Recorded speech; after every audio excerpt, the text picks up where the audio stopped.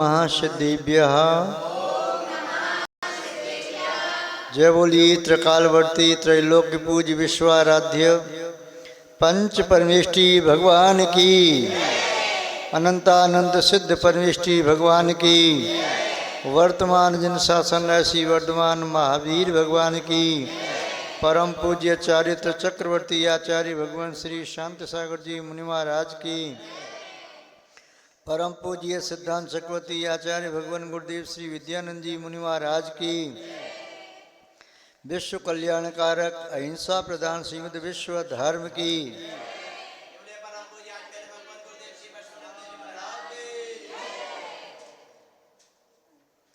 जैनम जयतु शासनम विश्व कल्याणकारकम।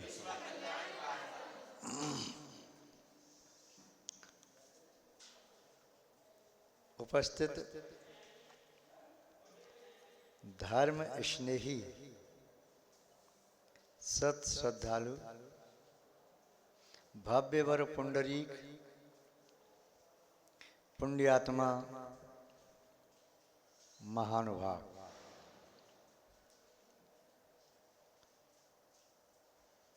जीवन सफल और सार्थक कैसे बने, वे उपाय यहाँ पर देखेंगे, क्योंकि इनके बिना ऐसा कहा जाता है मनुष्य जीवन पशु के समान है। इन कार्यों से विहीन मनुष्य को उपलक्षण रूप में पशु नीतिकारों ने भी कहा पशुरेव न संशय, यहाँ भी कहा वृषभाशरन्ति, वे जो केवल खाने पीने के लिए जी रही हैं, इन कार्यों से रहित हैं, वे बैल की तरह से जीवन जी रही हैं। ऐसे कौन से कार्य हैं जिनके किए बिना जीवन पशु की तरह से, बैल की तरह से या गलत धारणा में जीने वाले गधे की तरह से या एक मूढ़ व्यक्ति के माना जाता है। यहाँ पर देखते हैं आचार्य भगवान सकल कीर्ति मुनिराज द्वारा लिपिबद्ध सुभाषित रत्नावली ग्रंथ की एक कारिका, 200 नंबर की ये कारिका, ये काव्य सज्जन पुरुषों को सद्कार्य करने की प्रेरणा देने वाला है, विवेकी जनों के विवेक का परिचय देने वाला है। ये है साधनवी बंधुओं के सम्यक ज्ञान का परिचायक है।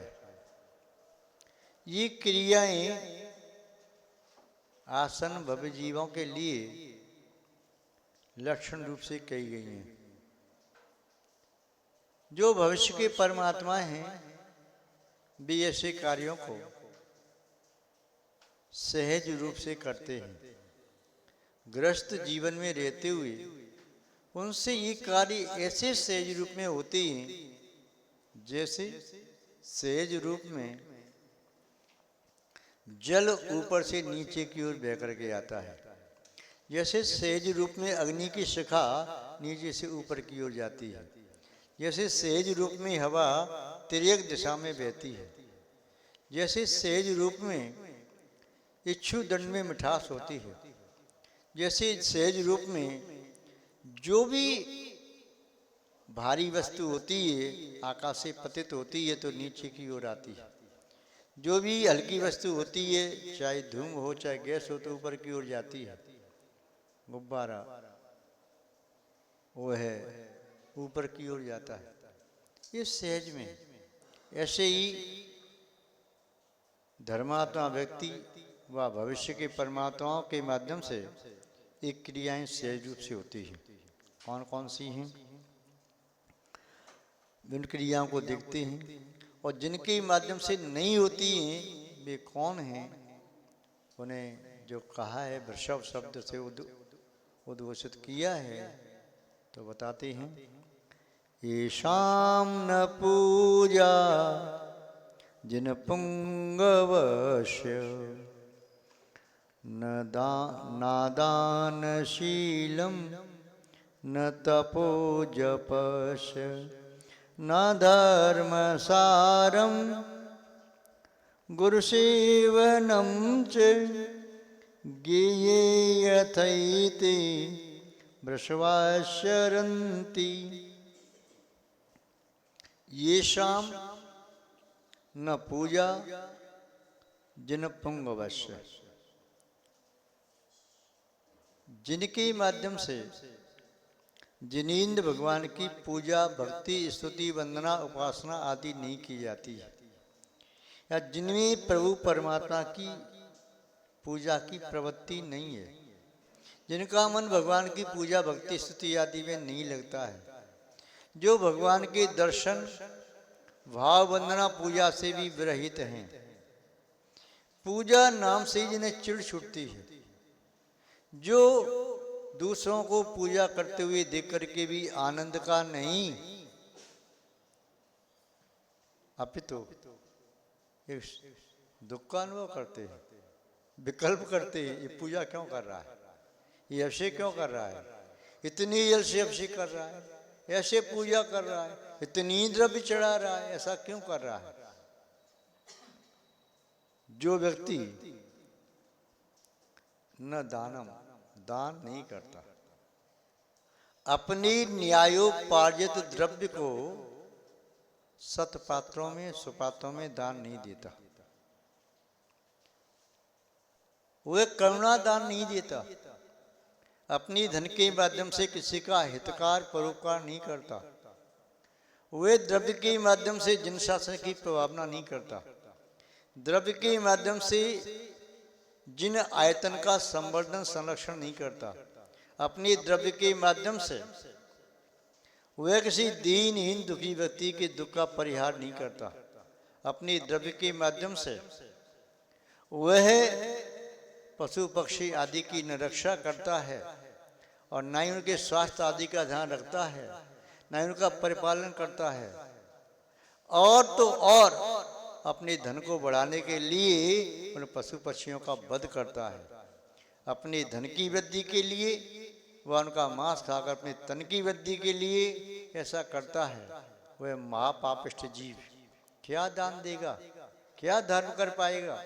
तो यहाँ कह रहे हैं जो दान नहीं देता है, न शीलम, जो शील धर्म का पालन नहीं करता है, शील कहिए तो स्वभाव, अपने स्वभाव में नहीं जाता, शील कहिए तो श्रावक के साथ गुणों का पालन नहीं करता, व्रतों का पालन नहीं करता, 3 गुणव्रत 4 शिक्षा उनका पालन नहीं करता, शील कहिए तो ब्रह्म शब्द का पालन नहीं करता, शील कहिए तो दाता को दान, दाता जब सुपात्रों को दान देता है तो उसके सप्त गुण वह भी शील संज्ञा से उद्घोष किए जा सकते हैं कि वे दाता के 7 सहज गुण हैं, उनसे वह रहित है। जो शील का पालन नहीं करता, जो अपने अन्य कर्तव्यों का भी पालन नहीं करता, तथा न तपो जपस्य, जो तपस्या नहीं करता, अपनी इच्छाओं को कम नहीं करता, उसकी बेलगाम इच्छाएं उसी संसार में भटकाने का कारण बनती हैं। अपनी बेलगाम इच्छाओं में वह वैसे ही फंस जाता है जैसे किसी जाल में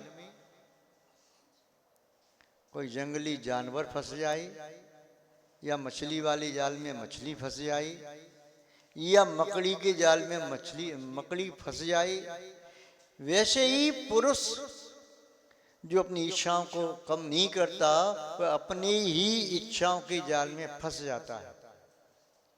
तो वह व्यक्ति जो तप नहीं करता, न जपस्य, जो जाप नहीं करता। तप करने से जीव की जहाँ पर ताप से रक्षा होती है, पाप से रक्षा होती है, वहीं पर जाप करने से व्यक्ति की निस्संदेह जन्म का नाश होता है, यानी जन्म मरण से रक्षा होती है, उसके पाप नष्ट होते हैं। इसीलिए तो कहते हैं, आबाल गोपाल वृद्ध सभी कहते हैं, जो इसके रहस्य को नहीं जानते वे भी कहते हैं, रमोकार का जाप करो, अपनी रक्षा आप करो। जकारा जन्म विच्छेदा पकारा पाप नाशना।